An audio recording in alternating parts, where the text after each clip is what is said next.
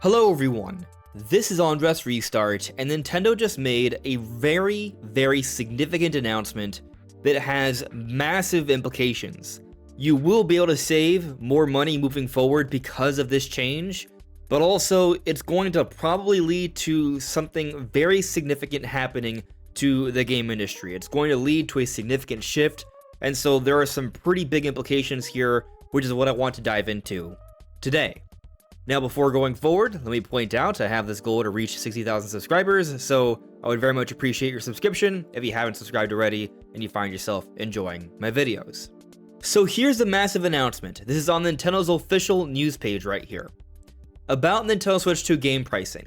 Beginning in May 2026 and starting with pre-orders for Yoshi and the Mysterious Book, new Nintendo published digital titles exclusive to Nintendo Switch 2 will have an MSRP that is different from physical versions. Nintendo games offer the same experience whether in packaged or digital format, and this change simply reflects the different costs associated with producing and distributing each format and offers players more choice in how they can buy and play Nintendo games. As always, retail partners set their own prices for physical and digital games, and pricing for each title may vary. And so, what this implies is that digital games are going to be made cheaper because with physical there are more costs involved. And we already have proof of this because Yoshi and the Mysterious Book is now up for pre-order. And as you see here on Nintendo's own official page, Yoshi and the Mysterious Book digital is $59.99, $60 instead of $70 for physical. And so yeah, that's what's going to be happening here. Games on the Switch 2, for the most part, full titles are $70. Obviously, there are some exceptions, but for the most part, they are $70 physically.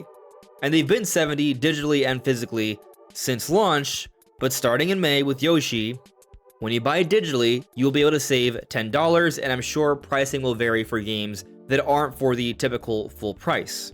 So at face value, I actually think this is really good news because if you don't really care for buying a game physically, you have the opportunity to save money. You're going to be able to save $10 to $70. That is a significant difference there. I remember Walmart used to run a deal where you could go into the store and buy physical games for $10 cheaper than elsewhere. Last I checked, that deal is no longer a thing, but for a few years, I was saving a little bit of money by buying games in that way.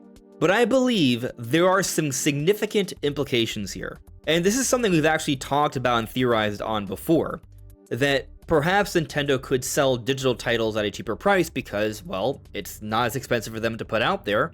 And what this would do would be to encourage people to buy games digitally more often. It is cheaper for companies to sell their games digitally. You don't have to manufacture the cases, the cartridges, there's no middleman, there's no retailer, it's just sold directly from your own digital shop. And so because most people are probably going to opt to save money, this is going to further strengthen digital sales, which year by year have been increasingly getting stronger and stronger. And so this change is going to help accelerate the shift to going full digital.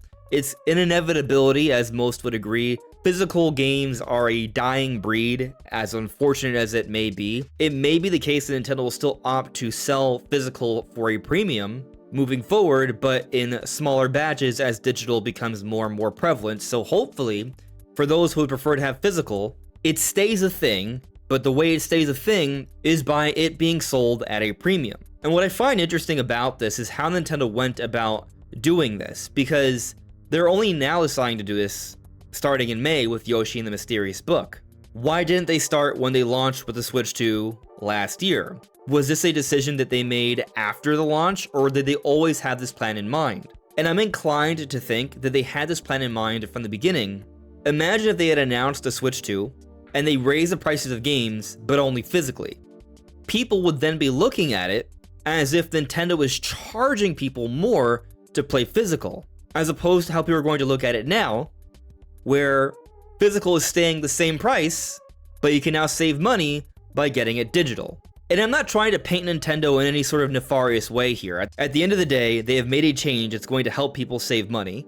It's giving people more options.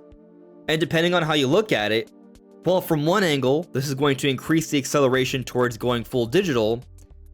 On the other, this may be a way to preserve physical even when digital becomes far more prevalent, because at least physical will be available, and setting this precedent of charging physical at a premium, at least then companies will feel it's more worth it. So perspective here matters, but this is a significant change that I will believe will lead to even more changes. I wouldn't be totally shocked if for the Nintendo Switch 3, or whatever is the successor to the Switch 2, that is a full-on digital device. Of course, hopefully Nintendo still at least offers a version where you can put in the cartridges. But this is some pretty big, significant news. What do you all make of it? Let me know in the comments below. This is AndresRestart. Thank you so much for listening and watching, and I will see you all really soon. Take care. Bye.